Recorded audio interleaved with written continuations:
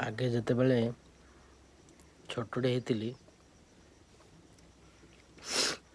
ସେତେବେଳେ ଇଆଡ଼ୁ ଆସିକିରି ସିଆଡ଼ୁ ଆସିକି ଦେଉଥିଲି, କହୁଥିଲି ଦେ ଖାଇବାକୁ ଦେ। ଆଉ ଯେତେବେଳେ ବଡ଼ ହେଲି, ବୋଉ ଘରେ ନାହିଁ, ନିଜେ ରୋଷେଇ କରି ଖାଇବାକୁ ପଡ଼ୁଛି। ଏବେ ଜାଣୁଛି ରୋଷେଇ କରିବାଟା କେତେ କଷ୍ଟ। ଦେଖନ୍ତୁ, ଚୁଲି ଲଗେଇଛି, କାଠ ଚୁଲି ଆମର, ନିଜେ ରୋଷେଇ କରି ଖାଉଛି। ବୋଉ ଗାଁକୁ ଯାଇଛି ଟିକେ।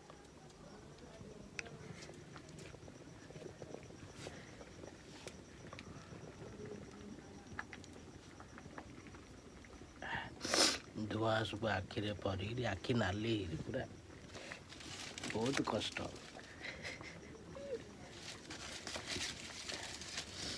ତଥାପି ତା କଷ୍ଟ କେବେ ବି ସେ କୁହେନି। କ'ଣ ପାଇଁ ହେଲେ ପୁଅ ପୁରା ମୋତେ ଜନ୍ମ କରିଛି, ମୁଁ ତା ନିଜର। ଭାତ ହେଇଗଲାଣି, ଆଉ ଟିକେ ପରେ ହେଇଯିବ।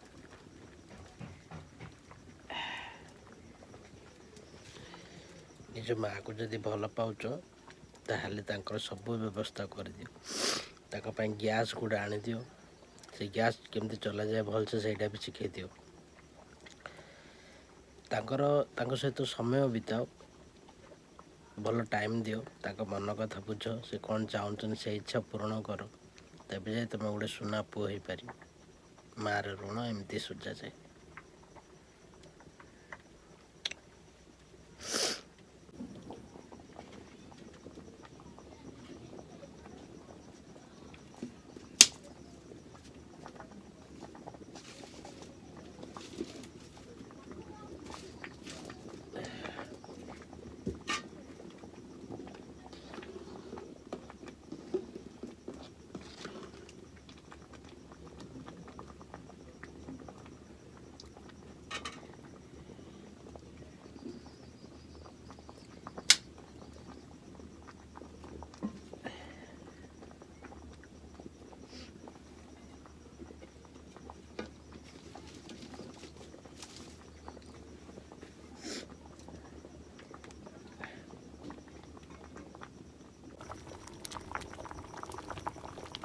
ବେଳେବେଳେ ଗରମ ପାଣିରେ ଏମିତି ସବୁ ଚାଉଳ ଫୁଟେ, ବାହାରକୁ ପାଣି ଆସେ, ବୋଉର ଦେହ ଉପରେ ବି ପଡ଼ିଯାଏ।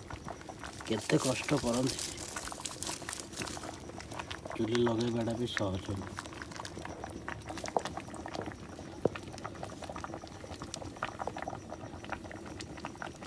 ଯେଉଁମାନେ ବି ବାହା ହେଇକିରି ଅଲଗା ହେଇଯାଉଛନ୍ତି ସେମିତି ଜମା ବି କରନ୍ତୁନି। କାରଣ ବୋଉର ଯଦି ଋଣ ଶୁଝିବା ପାଇଁ ଚାହୁଁଛ, ବାହା ହୁଅ। ବାହା ହେଲେ ଗୋଟେ ସ୍ତ୍ରୀଟି ତୁମ ବୋଉକୁ ହେଲ୍ପ କରିବେ, ଝିଅ ପିଲା ରହିବେ। ଆଉ ସିଏ ଯେଉଁ ବୟସରେ ରୋଷେଇ ନ କରିବା କଥା, ମୁଁ ପ୍ରାୟ ଘରେ ଦେଖିଛି, ସେ ଘରେ ବୋଉ ସେ ସମୟରେ ବି ରୋଷେଇ କରିଦିଅନ୍ତି।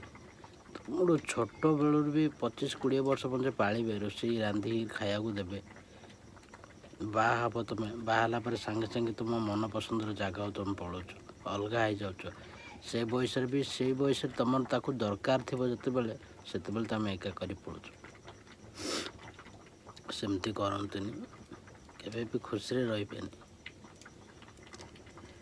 ଯିଏ ତୁମକୁ ହାତ ଧରି ଚାଲିବା ଶିଖେଇଲା, ବଡ଼ କଲା, ପୋଷିଲା, ଛୋଟ ବେଳରୁ ତୁମର କେତେ କଷ୍ଟ ଉଠେଇଛି, ସେ କେବେ ବି ତା ବଦଳରେ କେବେ ବି କିଛି ମାଗିନି।